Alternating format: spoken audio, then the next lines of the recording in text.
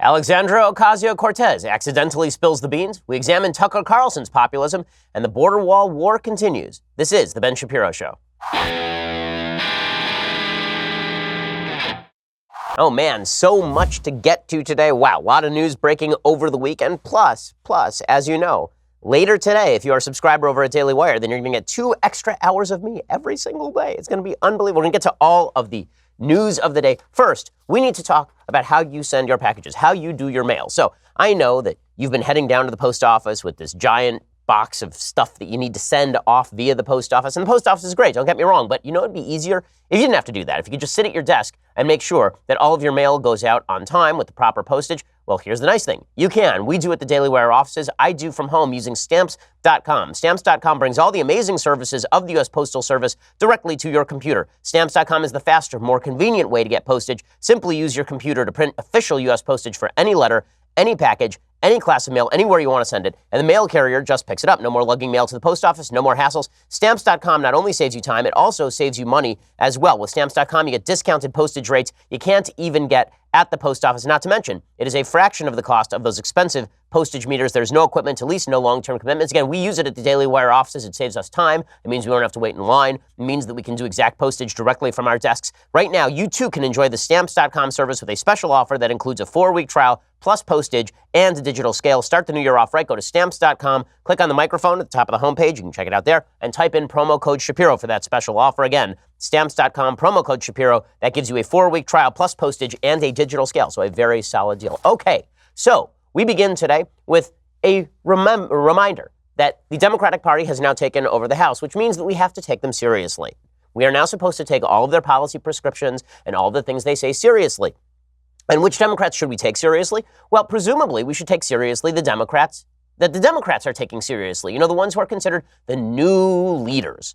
We should be taking serious stock of the Democrats that the media say are the ones we should be paying attention to. How do we know which ones? Well, let's say that there were a Democrat who'd been ballyhooed as the new wave in the Democratic Party, a Democrat who'd been featured on social media, a Democrat who'd been featured with profiles in Vanity Fair and the New York Times and the Washington Post, a Democrat who was featured on 60 Minutes over the weekend. Would it be fair to pay attention to that person? I think yes. And I think that if people said we shouldn't pay attention to that person, that would be a bit of media sophistry. If the game were to be that Democrats pay attention to a person and we're supposed to ignore that person lest we be accused of being obsessed with that person, that would be a bunch of crap. Right? So the person of whom I'm speaking, of course, is Alexandria Ocasio-Cortez. Now, the reason that a lot of folks on the right like to cover Alexandria Ocasio-Cortez is because she says dumb things. A lot. Right? It's not that she says dumb things only sometimes. She says dumb things routinely. Like all the things she says, 90% of the things she says are dumb. The only things she says that are not dumb are things that are pop culturally related. So when Alexandria Ocasio-Cortez talks about like instant pot recipes on Instagram, not so dumb. When she talks about how she's a pretty good dancer, not so dumb. When she talks about economics, it's like she stuck her head in an oven. Okay, the things she says are just idiotic. And she gets caught out saying idiotic things on a routine basis. But this does not seem to dim her appeal any for Democrats, which leads to an ironic situation. The same Democrats who have accused Donald Trump of lowering the standards of truth and fact, the same Democrats who say that Donald Trump lies on a routine basis about matters of policy, are worshiping at the altar of this brash new persona, Alexandria Ocasio-Cortez, who is brash and new precisely because she won 12,000 votes in a Democratic primary in a heavily blue district that is majority minority and where the representative happened to be a white person until Alexandria Ocasio-Cortez took over. The racial issue is only interesting insofar as it had an impact on the voting pattern in that primary. Okay, the reason that I bring this up is Alexandria Ocasio-Cortez was on 60 Minutes. Last week, she proposed what she called a Green New Deal. The Green New Deal would have required, within 12 years, 100% of the United States economy to be on renewable energy sources. Right now, only 17% of the U.S. economy is supported by renewable energy sources. So we're talking about the cost of tens of trillions of dollars at a minimum using the current technologies that we have. And if we wanted to develop new technologies, we are probably talking about hundreds of trillions of dollars in order to get to a completely Green New Deal.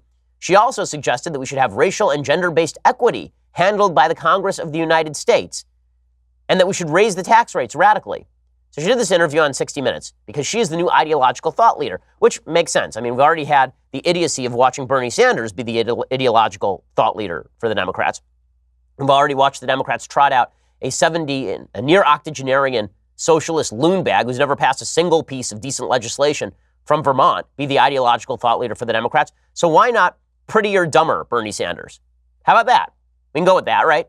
So 60 Minutes brings out Ocasio-Cortez, and she says some things about policy. So she begins by pushing a 70% marginal tax rate. This is her big policy proposal, is that what we should do is we should pay for her Green New Deal, which, as I say, would cost tens of trillions of dollars by, you guessed it, taxing rich people more. You have a progressive tax rate system. Your tax rate, let's say from $0 to $75,000 may be 10% or 15%, et cetera.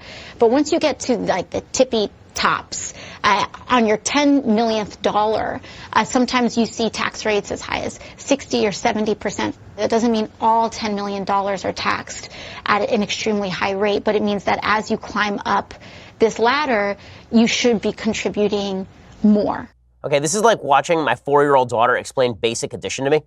I mean that she has like a certain amount of kind of baseline understanding, but she doesn't really get it. I like that Alexandria Ocasio-Cortez is explaining to Anderson Cooper, who I promise you pays the top marginal tax rate. She's explaining how marginal tax bracket works to Anderson Cooper on national television.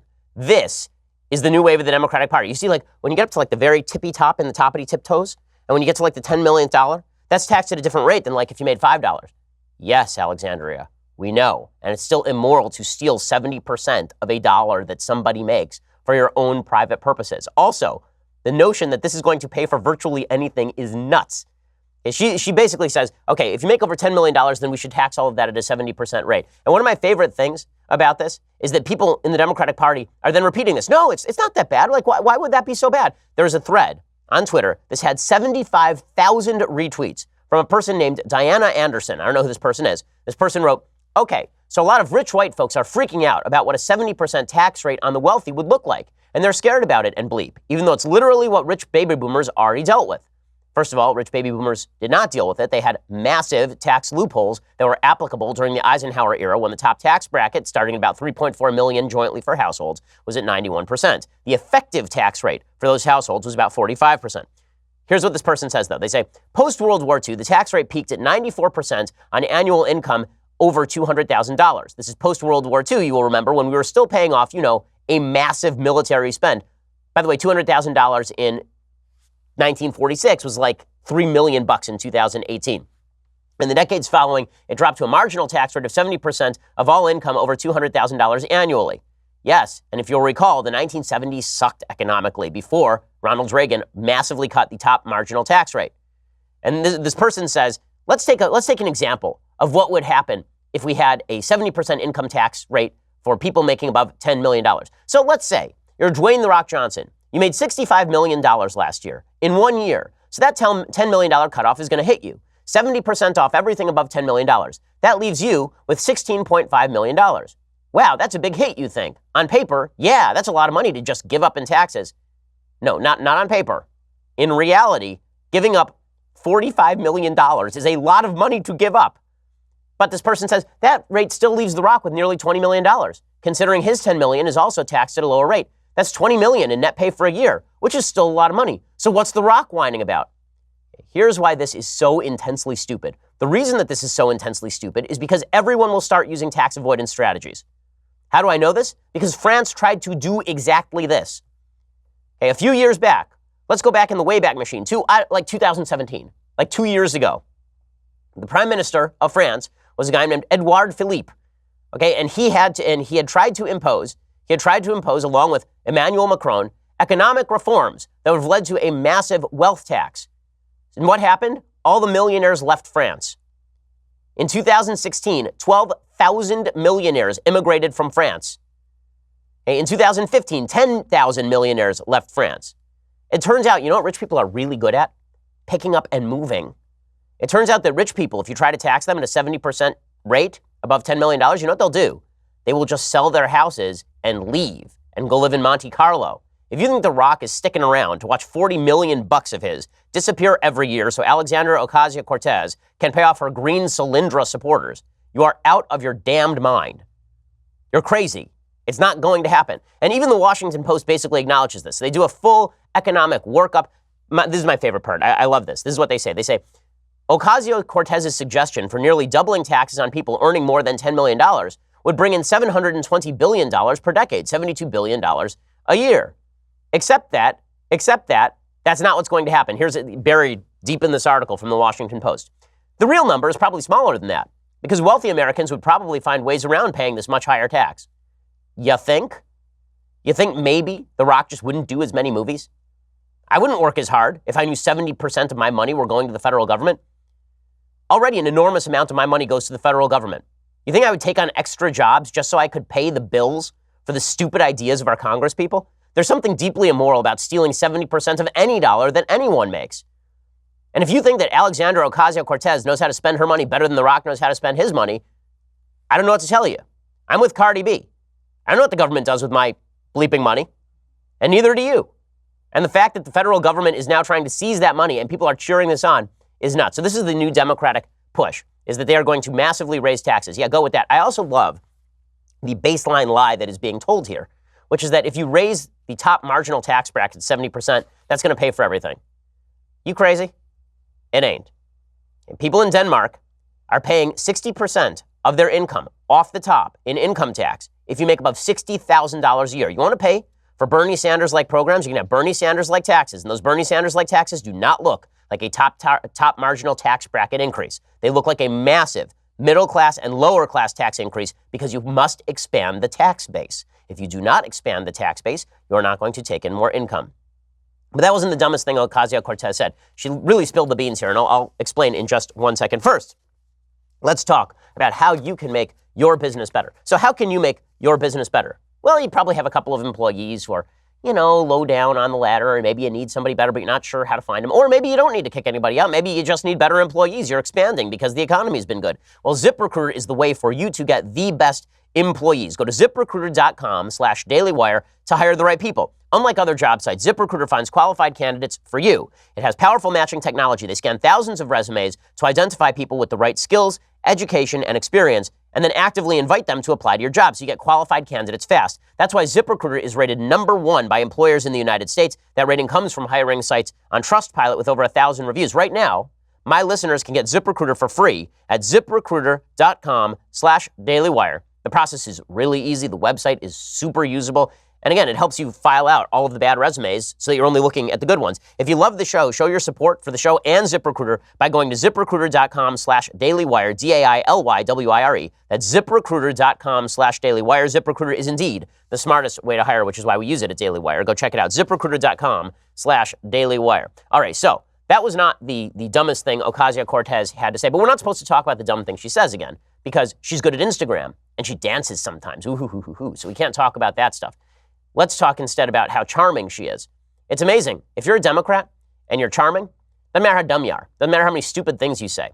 If you're a Republican and you're dumb, doesn't matter how charming you are. And if you're a Republican who is both charming and smart, then we call you corrupt. Dan Crenshaw. I mean, let's just take, you want to see media bias in a nutshell. Dan Crenshaw is a war veteran who lost an eye in combat, is clever, is witty, was great when he went on Saturday Night Live. Has he received 1/100th of the media attention that this 29-year-old former bartender socialist from New York is receiving? Like 1 iota? And Dan Crenshaw doesn't say dumb things all the time. And he actually has a record of service. And he happens to be smart. But, if you're the media, then none of that matters, right? If you're the media, the only thing that matters is that she's a Democrat. And because she's a Democrat, we have to give her all sorts of leeway. And if you attack her, if you say that her ideas are bad, then this is because you are a sexist. Just the same way that if you say Elizabeth Warren is a charmless hack, then this is because you are also a sexist.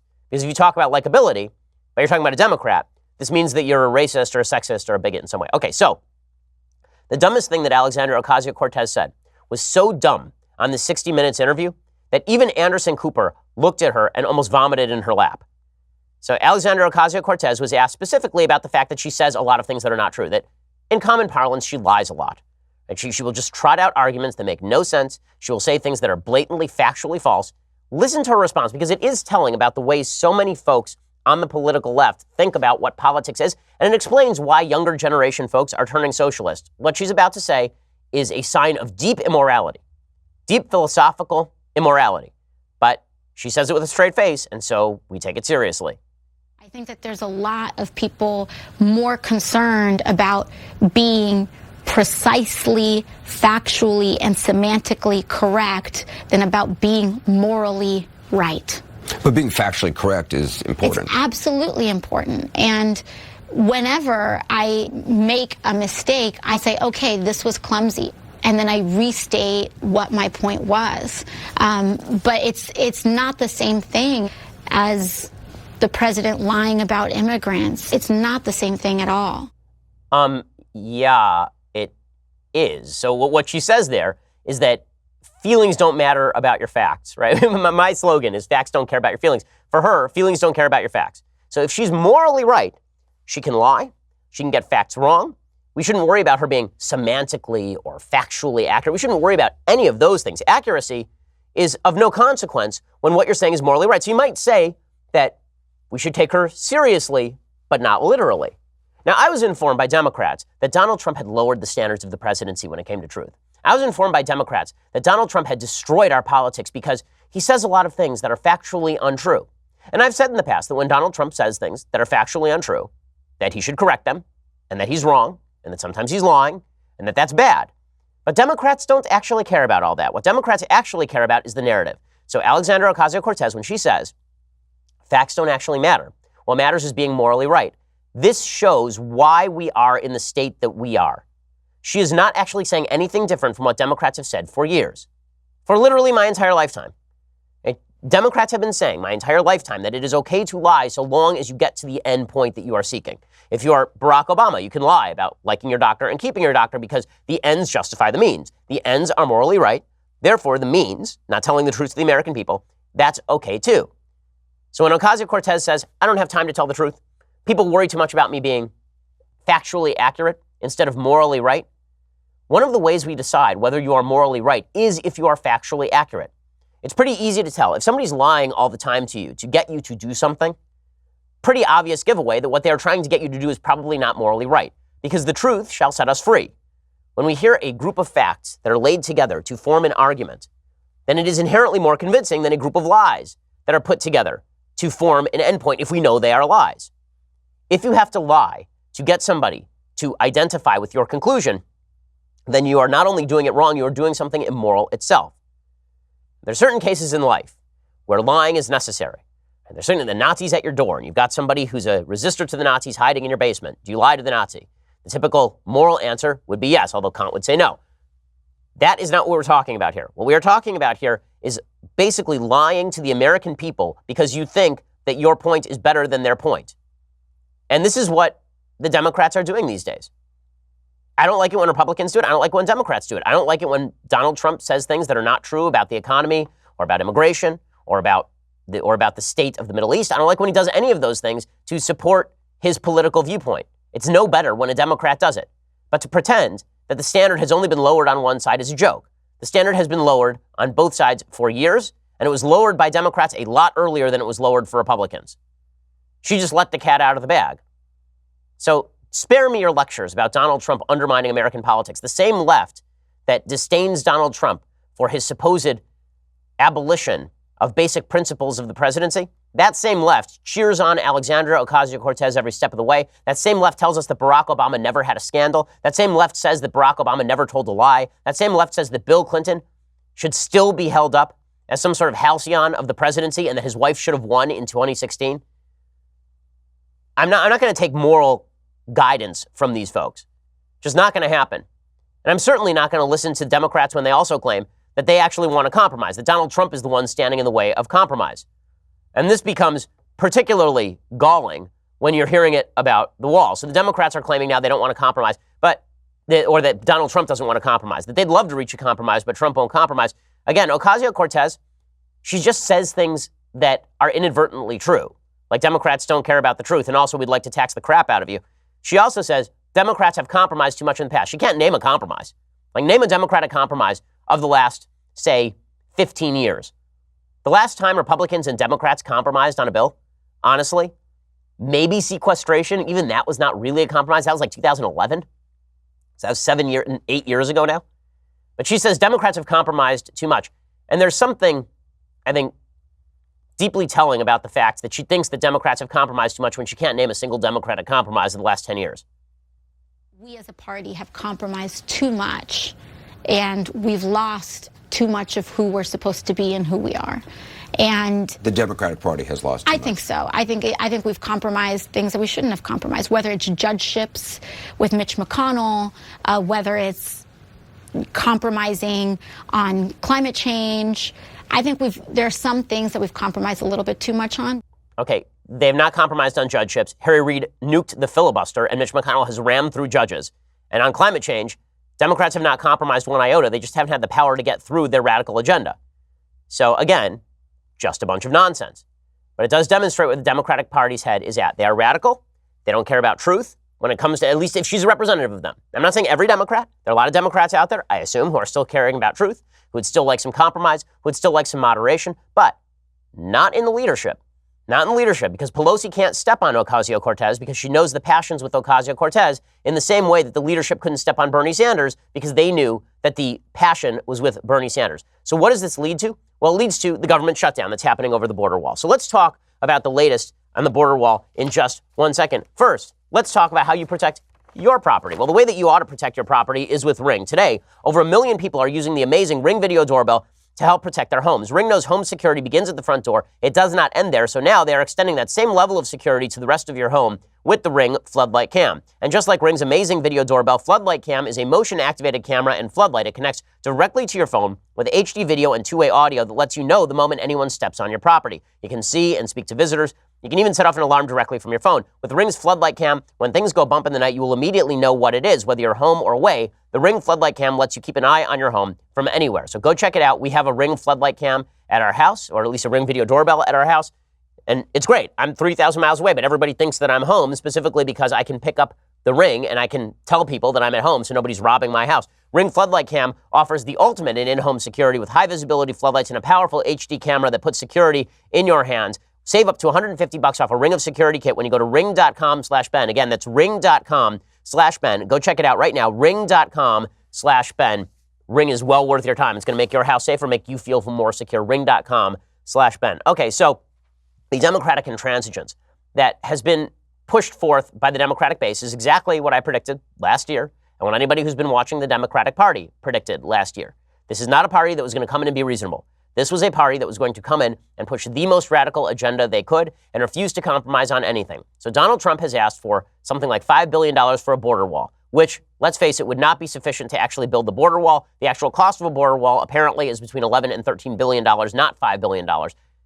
In any case, $5 billion is a pittance compared to what we spend every year on virtually everything else. And we do, in fact, have a border problem. Huge numbers of people are coming across the border. In 2015, this is according to the Washington Post, the year Donald Trump launched his White House bid with a promise to build a wall on the Mexico border, illegal migration to the United States plunged 31%, falling near its lowest levels in 50 years. In 2017, President Trump's first year in office, he continued to insist on the urgent need for a border wall, even as illegal crossings dropped even further. With parts of the federal government shut down over what has morphed into a defining symbol of Trump's presidency, administration officials are clamoring louder than ever. Only this time, they face a bona fide emergency on the border. This is according to the Washington Post. Okay, not the Washington Times, the Washington Post. And they're struggling to make the case there's truly a problem. Record numbers of migrant families are streaming into the United States, overwhelming border agents and leaving holding cells dangerously overcrowded with children, many of whom are falling sick. In a letter to lawmakers on Friday, the White House and Department of Homeland Security made a fresh appeal to amend immigration laws they denounced as legal loopholes and blamed for creating a border security and humanitarian crisis. But this is not going to happen so long as Nancy Pelosi and the Democrats refuse to compromise. Now, that humanitarian crisis is not being created only by the lack of a border wall. It's also being created by our immigration procedures, which require us to arrest people, and then people have to go to an immigration court. And while they're not in an immigration court, we either have to imprison them or let them go, which would be catch and release. All of that is a mess, and cleaning that up should be top priority. But Democrats are not interested in cleaning up any of this, and they are particularly anti the idea of a wall because they don't want Trump to have a victory. So you end up with idiocies like this. Nancy Pelosi, out front and center, saying that the wall itself is immoral. This is what she said last week. The fact is, a wall is an immorality. It's not who we are as a nation. And this is not a wall between Mexico and the United States that the president is creating here. It's a wall between reality and his constituents. his supporters. What the hell does that mean? A wall between reality and his supporters? How? How? I love that nobody in the media just asks how. Explain. And when she says this isn't a wall between the U.S. and Mexico, that is literally what it is. A wall between the United States and Mexico. Some sort of physical barrier that allows our Border Patrol agents to know when people are crossing illegally. Why this is immoral in any way, Democrats have yet to explain. I love that they can just shout slogans like, it's immoral and it's not who we are. Whenever a politician assures you it's not who we are, be aware that all they are trying to do is shame you into not asking the question, why? Why is it not who we are to protect our own border? Why? I will imagine there are certain things that make us not who we are, right? Imprisoning children, not who we are, because that's not who we are. But building a wall on the border, that's not who we are. President Trump responds by saying, we would like a steel barrier, please. This isn't that tough. He tweeted out, VP Mike Pence and group had a productive meeting with the Schumer-Pelosi representatives today. Many details of border security were discussed. We are now planning a steel barrier rather than concrete. It is both stronger and less obtrusive, good solution and made in the USA. I don't know why Trump thinks this comes across like a compromise. Obviously, it does not come across as a compromise. Nonetheless, he is trotting out members of his administration to claim that it is. Mick Mulvaney, who is his new chief of staff, was on Meet the Press, and he said that President Trump is compromising by shifting from a wall to a fence, which is not actually a compromise, but here he is. The fences that we have built on the southern border, the ones that were already there under Republican leadership, Democrat leadership, they're in San Diego, they're in El Paso, more than 90% effective in preventing criminal immigration. We need more of that. Do we need it from coast to coast, 2,000 miles all the way across? No, and the president has admitted as such. There are places in the middle of nowhere where technology will be better. But a barrier, call it a wall, call it a fence. The president actually said he didn't care what you call it. He even offered to let the Democrats help him design something. He says as long as it's effective, he doesn't care what you call it. We need something to prevent people from coming into this country illegally. The president isn't wrong on this, and Mick Mulvaney is not wrong on this. I will say that the tactics that are being used by both sides here are obviously pandering to their respective bases. So when it comes to the Democrats, they are pandering to their base by saying we don't need a barrier of any kind, that walls themselves are an imposition. Ooh, it's so terrible. Eric Swalwell, who wants to run for president for some odd reason, he tweeted out that a wall separates us and them. Right, like citizens and people trying to get in illegally. Correct, Eric Swalwell. And then he said that's not who we are in the U.S. Literally, that's how you define a nation, is by separating us from them. That doesn't mean that them are bad, but it does mean that you have to separate populations. Otherwise, you don't know who's a citizen and who is not a citizen. So Democrats are pandering to their most radical base. And then President Trump is pandering to his base in the sense that he should have done this immediately upon entering office. He had a Republican Congress, he had a Republican Senate. Holding his own Senate's feet to the fire would have been a better move than trying to hold Nancy Pelosi's feet to the fire. Now President Trump is supposedly considering using emergency powers to build the wall. According to CNN on Friday, President Trump said he was considering using emergency powers, which would allow him to use military funding to build a wall on the U.S.-Mexico border. He said, I can do it if I want. He said, we can call a national emergency because of the security. I haven't done it. I may do it, but we can call a national emergency and build it very quickly.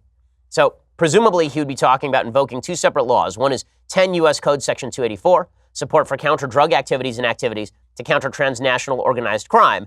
That provision says that the Secretary of Defense may provide support for the counter-drug activities or activities to counter transnational organized crime of any department or agency of the federal government if such support is requested by the official responsible for the counter-drug activities or by the appropriate state officials. And this could amount to the maintenance and repair of equipment that has been used to stop such drug-related activity. So it's never been invoked in this way, that you have somebody on the border and then they say to the president, we need border wall, please misdirect funding from other Department of Defense priorities to the wall because of counter-drug activity.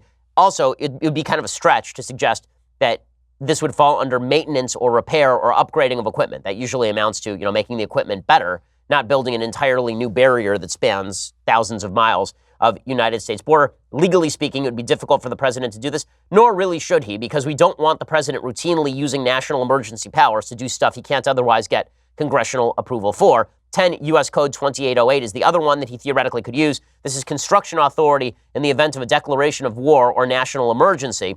This is what he's talking about with a national emergency. Under this provision of U.S. law, in the event of a declaration of war or the declaration by the president of a national emergency in accordance with the National Emergencies Act that requires the use of the armed forces, the Secretary of Defense, without regard to any other provision of law, may undertake military construction projects. This has only been used in the aftermath of 9/11 to build up military bases in certain areas, and it's supposed to be an emergency use, right? It's supposed to be that Congress just hasn't had time to consider the reprioritization of defense funding. It is not really supposed to be a way of overruling Congress when Congress doesn't want to do something. Listen, again, I'm in favor of the wall. I'm in favor of Trump putting pressure on Congress over the wall. I'm in favor of Trump saying that he's happy to shut down the government. I don't really care about any of that. What I do care about is you don't get to expand the national emergency powers of the executive branch without understanding that Democrats will do exactly the same thing the other way. Wait until the shoe's on the other foot and Democrats declare that they are going to have to build out some sort of facility that you don't want them to build out, some national surveillance facility that you don't want them to build out because Congress won't give them what they want and it's a national emergency. Wait until they do that. Expanding the powers of the presidency is never a good idea, even when you think that the president is somebody of your party who's doing something that you like. This would be struck down in court, and it should be struck down in court. Now, in just a second, I want to talk about an ideological rift that's broken out inside the Republican Party that I think is really deeply, deeply important. It's because of a monologue Tucker Carlson gave that brings it up. I want to get to this. I really think it may be the most important thing that we talk about today.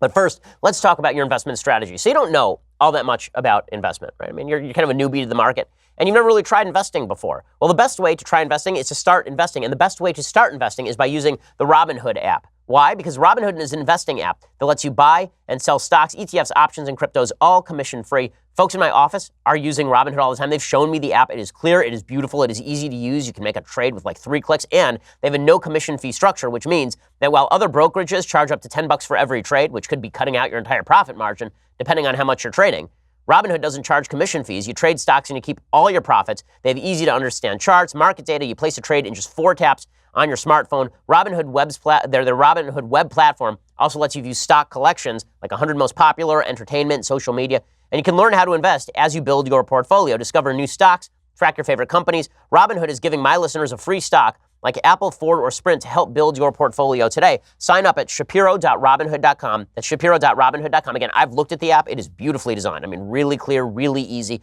And folks in my office are using it to learn how to trade. Shapiro.robinhood.com. Go check it out right now, shapiro.robinhood.com, and get that special deal of free stock like Apple, Ford, or Sprint to help build your portfolio. Okay, I want to get to what I think is actually the most important section of today's show, which is Tucker Carlson's take on populism and the debate that's now broken out on the right over the role of government in American life and in the economy. But first, you're going to have to go over to dailywire.com and subscribe. So, today, it begins. Starting today, the Ben Shapiro Show is rolling out 2 more hours of me. Okay, you can listen live on radio in a bunch of markets across the country, but only subscribers will be able to get the full 3-hour show on demand, meaning my podcast and the 2 additional hours we're doing a little bit later this afternoon. So make sure to subscribe to dailywire.com right now. It's just $9.99 a month. It means you get all the old episodes, and it means you get all the new episodes. Like, you really will not be able to get this stuff, right? Even if you're in a big talk radio market where my show is broadcast, you're not going to be in the car all 2 hours that it's broadcast live, plus the first hour, which is the podcast, right? You're not going to get all 3 hours in the car unless you're a truck driver or something, which is great. But most people are not going to be able to do that. And that means that really what you ought to be doing is going and subscribing so you can get all the hours on demand whenever you want them, and you can see the clips. And we're going to be doing a thing as the time rolls forward where we take your subscriber questions during some of the breaks. It's going to be a blast, and we have all sorts of new goodies coming up for you this year. That's $9.99 a month. I mean, we are slaving out here for you people. All you have to do is subscribe. Go check it out. I mean, Senya is getting up at like 4 o'clock in the morning, my producer, to make sure that you have the content that you need. The least you can do is pay for her coffee. She's a charming person. I promise you. Senya's a wonderful person. How dare you, sir, not pay for her coffee? In any case, $99 a year gets you all of those aforementioned glories, plus this, the very greatest in all beverage vessels. View it. Feast your eyes upon it. The leftist tears, hot or cold tumbler, magnificent, bottled and sold to you at that low, low annual price, $99 a year. Also, please subscribe to us over at YouTube, over at iTunes. We are the largest, fastest growing conservative podcast in the nation.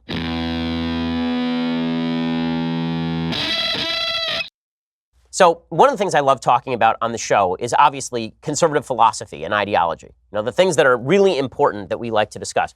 Because while the left is a real threat, there is also a serious debate that is broken out inside the right over the role of the free market. Now, I know that a lot of folks who are kind of older conservatives, Reagan conservatives, they're not necessarily aware that this debate has broken out because it's been glossed over by a lot of politicians. A lot of politicians say things like, I love the free market, but, well, once you add that but to the end of I love the free market, what you're really talking about is government interventionism in the market. The person who made, I think, the best case for such interventionism made that case last week. He gave a monologue on his Fox News show, Tucker Carlson. It was about a 15-minute monologue regarding the future of economics and politics in the United States. Now, I've interviewed Tucker Carlson. We did a Sunday special on my podcast with Tucker where we discussed a lot of these issues. I really think that Tucker is wrong on a lot of this, but I think that the economic populism he's espousing is becoming increasingly popular in a Republican Party that has forgotten a lot of its free market capitalistic roots and is ignoring the benefits of the free market in favor of government interventionism. I think they are looking for fixes in the wrong places. I think what ails America right now is a crisis of soul. What ails America right now is a hole in the American heart, a hole that used to be filled by community and social fabric and religion, and that has fallen apart, and now people are seeking to fill that hole with economic solutions, in the same way that some folks on the left seek to fill that hole in the American heart with economic solutions. They attribute the problems in America to bad policy. And there's truth to the idea that the American government has pursued bad policy, but I would say that bad policy is largely welfare-based. Tucker and a lot of members of the Republican Party are now claiming that the bad policy is trade-based, for example, that we need tariffs, or that it is a failure of redistributionism, that we need higher taxes. These are cases being made by actual populists inside the Republican coalition. So I think the strongest possible case for this was made by Tucker over the last week. And he basically argues that the social breakdown that we are seeing is a result of government non-interventionism. We actually need more government in our lives. So here's how Tucker led off his monologue. What kind of country will it be then? How do we want our grandchildren to live? Those are the only questions that matter. The answer to them used to be obvious. The overriding goal for America is more prosperity, meaning cheaper consumer goods. But is that still true? Does anyone still believe that cheaper iPhones or more Amazon deliveries of plastic garbage from China are going to make us happy? They haven't so far. A lot of Americans are drowning in stuff, and yet drug addiction and suicide are depopulating large parts of the country. Anyone who thinks the health of a nation can be summed up in GDP is an idiot. Okay, the health of a nation cannot be summed up in GDP. I don't know a single Republican conservative who believes that the health of a nation overall can be summed up in GDP. And I have decried the breakdown of our social fabric in a time when we are freer and more prosperous than we have ever been. Right? That breakdown, though, is not attributable to economics. And here's where Tucker goes wrong. Okay, so what Tucker says is our GDP has gone up, and yet our life expectancy in the last couple of years has gone down. Obviously, that's an economic problem. I would say no. What we've seen over the past 2 centuries is a massive rise in life expectancy, a massive decline in child mortality. Our children are alive and our parents are alive because of the rise of free markets and capitalism and innovation and entrepreneurship, low taxes, less government regulation. All of that has led to the prosperity we enjoy. If we are blowing that, that is our own fault. That doesn't have to do with our capacity to get those cheap products. You know, he can decry cheap products from Amazon as much as he wants, but you have a nicer phone, you have a nicer car, you have a nicer house, you have a nicer table, you have a nicer microwave, you have a nicer refrigerator, you have all those things because of the free market. Now, nobody said that that stuff was going to make you happy. But to conflate the two problems as though the nicer refrigerator is what has made you unhappy is a huge mistake. And it's a mistake made by people who are on the left and also on the right. So what I would say is, yes, all this stuff has made us more prosperous. It hasn't necessarily made us more happy. I don't know a single religious person who's ever made an opposite contention, by the way. Moses says this. Jesus says this. Every major prophet of the Old Testament says this, that stuff isn't going to make you happy. The Beatles said it, right? The stuff ain't going to make you happy. But Tucker seems to think that if you redistribute the stuff, then that may make you more happy. So Tucker goes on and he says that what we really need is an economy that is structured for us, the people. Now, this sounds a lot more like Bernie Sanders than it does like Ronald Reagan. And this is happening inside the Republican Party. So here is what Tucker had to say. The goal for America is both simpler and more elusive than mere prosperity. It's happiness. There are a lot of ingredients in being happy. Dignity, purpose, self-control, independence, above all, deep relationships with other people. Those are the things that you want for your children. They're what our leaders should want for us and would want if they cared. So I agree that our leaders don't want enough social fabric for us. But again, this is not an economic problem.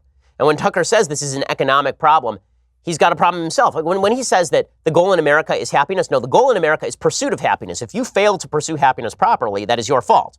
Freedom is about getting everyone out of the way. And then it's your job to pursue happiness, which the founders saw as an actual goal. Happiness was not just like what you want to do today. Happiness was pursuing virtue in accordance with reason. That's what happiness was to the founders. And so the idea was government was going to get in your way, get government out of your way, and now it's your job to pursue happiness. And a free economy allows you to alienate your labor and to act like a free person in doing so. Right? All of that is good and necessary and vital. But the economy and your spiritual existence are two different things. So in a second, I want to get to more from Tucker on this, because I think that he's not wrong when he points out that we have a soul problem in the United States. He's wrong when he says we can fill that soul problem with an economics solution. Or when he says that we want dignity and purpose and self-control and independence for our children, that's true, but that's not a problem that can be solved by simply slapping a tariff on China. These are, as a parent, these are problems that are solved by you talking to your children about values and morality and decency. That's where the lack comes in. 17-year-olds are not committing suicide because his pops lost his job at the factory in 1994. 17-year-olds are committing suicide because their parents got divorced. 17-year-olds are committing suicide because they live in a world without values, without social fabric, and without guidance. That's why 17-year-olds are killing themselves. That's why the opioid epidemic is happening. It's happening because, yes, there were markets created for addictive substances, and that's a place where we can talk about how the market has failed. But that's not really what Tucker's talking about. What he's talking about is the idea that an economy ought to be chained up and it ought to work for us. Except you can't enslave an economy any more than you can properly enslave a person, nor should you. Freedom matters. So Tucker continues by saying that the big problem here is not that we don't know what to do, it's that our leaders just don't care about us. And this I object to. I think that our leaders do care about us. I just think they suck at their jobs. I think they care about pandering to us for votes. I think maybe what we ought to have is a leadership class that is more concerned with doing right than is concerned with pleasing its own population. Now, Edmund Burke talked about this a lot, the British statesman. He suggested that being a representative of your public didn't just mean channeling what your public wants at any given moment. It also meant sometimes standing up to that public and saying that what's best for them is not necessarily what they think it is. Maybe what's best for them is freedom. Being an elitist, it's so funny. Tucker rails against the elites. I rail against elitists. I think people who think they can control your life are the people who are wrong. Tucker seems to think that the people who control your life ought to simply take control of the ring that is the government, like the J.R.R. Tolkien ring that is the government, and use it on behalf of you. My view is that that is an elitist point of view. Nobody should control that ring because that ring does not belong to anyone. Right? The market is something we hold in common. Our society is something we hold in common. You don't get to seize the power from that society and then administer it top down for the benefit of any particular group, no matter how much that group happens to be suffering. Okay, so here's Tucker, though, making this case. But our leaders don't care. We are ruled by mercenaries who feel no long-term obligation to the people they rule. One of the biggest lies our leaders tell us is that you can separate economics from everything else that matters. Economics is a topic for public debate. Family and faith and culture, meanwhile, those are personal matters. Both parties believe this. That is not true at all. Okay, the Democratic Party does not actually believe that economics is a topic for public debate, but family, faith, and culture are personal matters. That's nonsense. He called the Democratic Party in this monologue functionally libertarian. How disconnected do you have to be to believe that the Democratic Party is functionally libertarian? They want to control every aspect of your life, but they are functionally libertarian. It's because Tucker and a lot of populists are trying to create a third wave, right? A new wave of people who are not Republicans and not Democrats. They're populists. Except it turns out that both, if there is some sort of consensus, it is from the Democratic Party and the Republican Party that they ought to control too much of your life. Not that they agree that we shouldn't control any of your life, but that they ought to control too much of your life and restructure the economy to their liking, right? Tucker makes the case that social conservatives have blown it. Why? Because he says that market forces have destroyed the family. Right, so again, this is Tucker railing against the free market. This is happening inside the conservative movement. Now, I like and respect Tucker a lot. I think Tucker's a smart guy. I think he's really talented. But I think that this is dangerous stuff from a conservative point of view. Right? Tucker suggests that families are being crushed by market forces. So here's what he has to say. The idea that families are being crushed by market forces never seems to occur to them. They refuse to consider it. Questioning markets feels like apostasy. Both sides in this miss the obvious point. Culture and economics are inseparably intertwined. Certain economic systems allow families to thrive. You know which economic systems allow families to thrive? The same economic systems that allow individuals to thrive. Free markets allow families to thrive. Socialist countries do not have solid families. Communist countries do not have solid families. When the government becomes your family falls apart. If you believe that capitalism has undermined the free market, it has undermined the family, what I would suggest is that cultural forces have undermined the family at the same time that capitalism has eliminated poverty globally. Again, that's our fault. Cultural forces and economic forces may be intertwined, but not so much so that that added prosperity means that families are falling apart. So how exactly does Tucker make that case? So I would make the case that the economic forces that have led to the decline of families now largely lie in the welfare state. So the welfare state that has convinced people that they don't need to stay with their partner when raising a child, right? That has destroyed the family. And you can see the statistics. In 1960, basically the white illegitimacy rate, to make this a non-racial issue, the white illegitimacy rate was near zero. Today it's 36%. And that doesn't happen because of simple freedom in the free market. That happens because people have been incentivized not to stick around with their kids and with their wives. And women have been incentivized not to stick around with their husbands. But Tucker basically proclaims that the free markets have led to the decline of family. He says that male wages declined because manufacturing has declined. First of all, it's not factually true. Manufacturing has not disappeared. It's remarkably stable. The rest of our economy has grown. Manufacturing represents less of a percentage of our overall economy than it did 50 years ago, but it represents exactly the same amount of productivity that it did 50 years ago. The middle class in the United States is not disappearing. And then he suggests that women are making too much money, and that's why they're not getting married, which again is contrary to what's actually happening. The women who are not getting married are not women making $100,000 a year and then having a baby out of wedlock. Right? The women who are not getting married are the women who are making $20,000 a year and don't have a marriageable husband and are getting knocked up. That's where single motherhood is coming from. Now, the real problem that I have, where it finally comes down, is that Tucker basically suggests that we have a rich class in the United States of elites who are not helping out the poor class in the United States enough, and they ought to be doing so with money. My contention is that this is not a money problem. This is not a money problem. There are plenty of market failures. There are plenty of problems with the market, and we can talk about those. But to pretend that market capitalism, he says, market capitalism is a tool like a staple gun or a toaster. No, market capitalism is a representation of our deepest values, a value that suggests that we are free individuals with the capacity to alienate our own labor, to contract with each other, to make deals with each other, to make free choices in our own life. Market capitalism is not one choice among many. It is the only free choice in a land of tyranny. Market capitalism isn't the problem here. The problem is a problem of the human soul and the breakdown of the social institutions that inculcated virtue, and that virtue was necessary to upholding a stable free market in which people could live together in peace and solidarity. Okay, with all that said, time for some things that I like and then some things that I hate. So, things that I like today.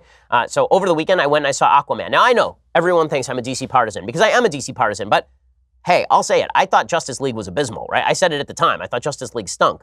And when I saw the preview for Aquaman, I didn't know what to think. It looked kind of cheesy. And it is. And it's great. Okay, Aquaman, first of all, the special effects are better than anything you've seen in a Marvel movie in the recent past at all. The special effects in this movie are actually first rate. There are a couple of scenes that just look great. And Jason Momoa, who plays Aquaman, it's not that he's a great actor, but he plays Jason Momoa. And it turns out Jason Momoa is really good at playing Jason Momoa. Aquaman is basically a dude bro. And it's kind of great. It's kind of fun. And so here's a little bit of the preview, which doesn't do justice to the actual movie, which is raking in the money, as well it should, because it's a pretty good movie. And it's certainly a lot of fun to watch and look at. Here's a little bit of the preview. My father was a lighthouse keeper. My mother was a queen. But life has a way of bringing people together. We could unite our worlds one day. Check it out. Arthur is talking to the fish.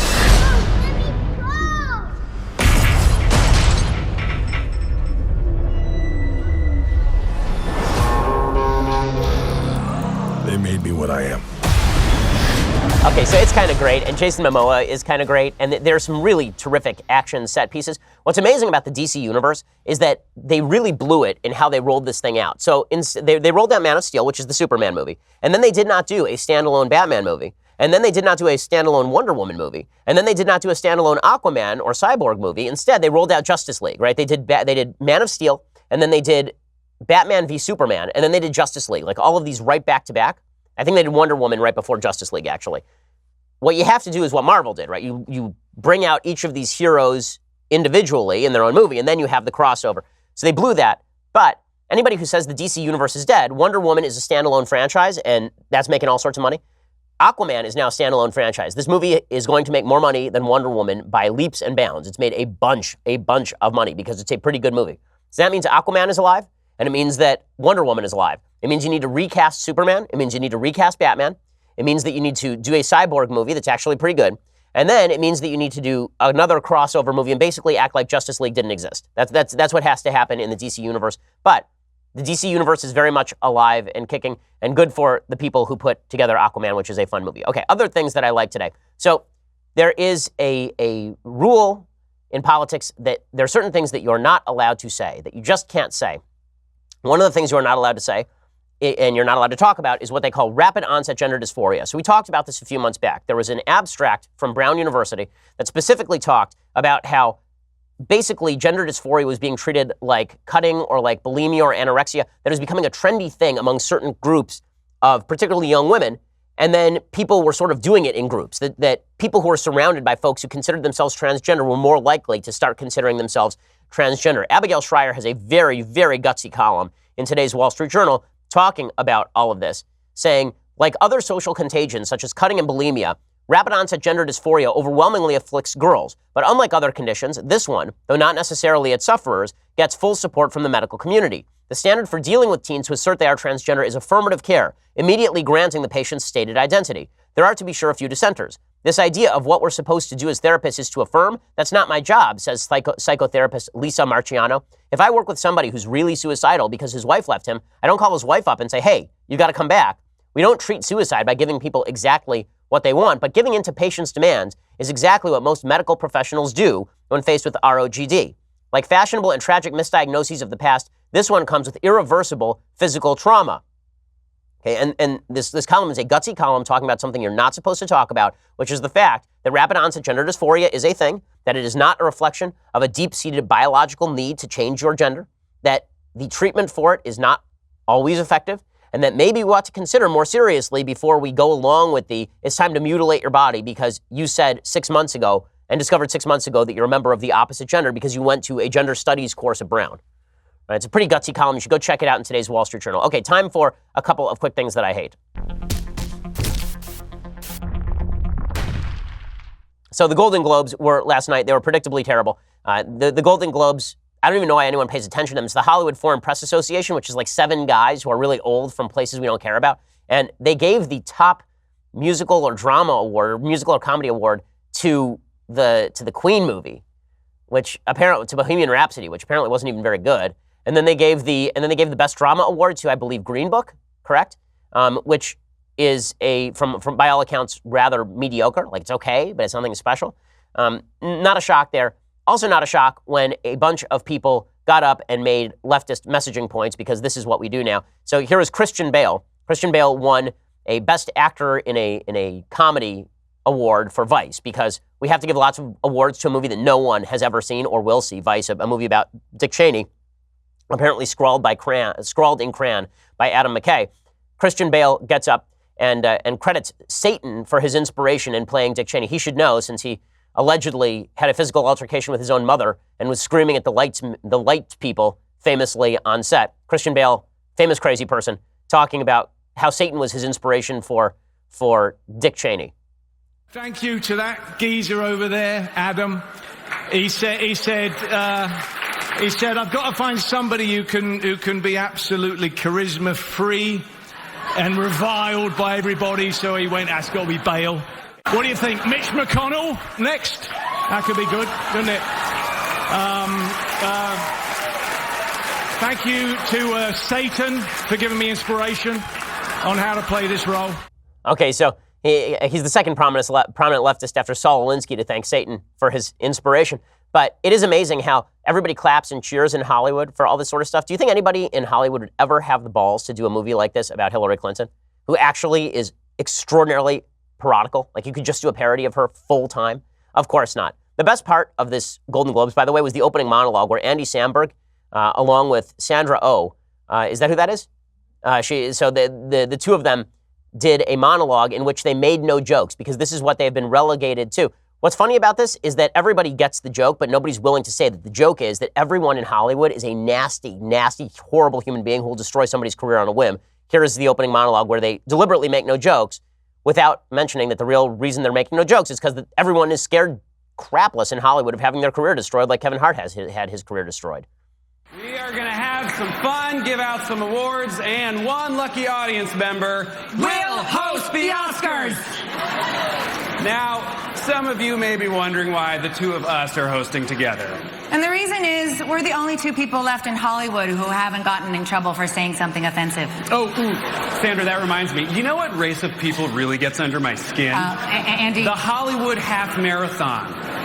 Because it messes up all the traffic, you know? Oh, yeah. I hate that race of people. It's the worst race of people. Okay, so again, this is what humor has been relegated to, and they don't even get that this is what they've done, right? This is what Hollywood has done. They're laughing at their own inability to laugh at things. So well done, Hollywood. Just really, really expert stuff right there. Okay, final point in the things that I hate today. So I want to mention this. Last week, I had a meeting with some folks at a charity. I don't want to mention which charity because it's really not relevant. It was a nonpartisan charity involved in a cause that is supremely nonpartisan. It was a charity in the arts, right? And they were looking for a board member.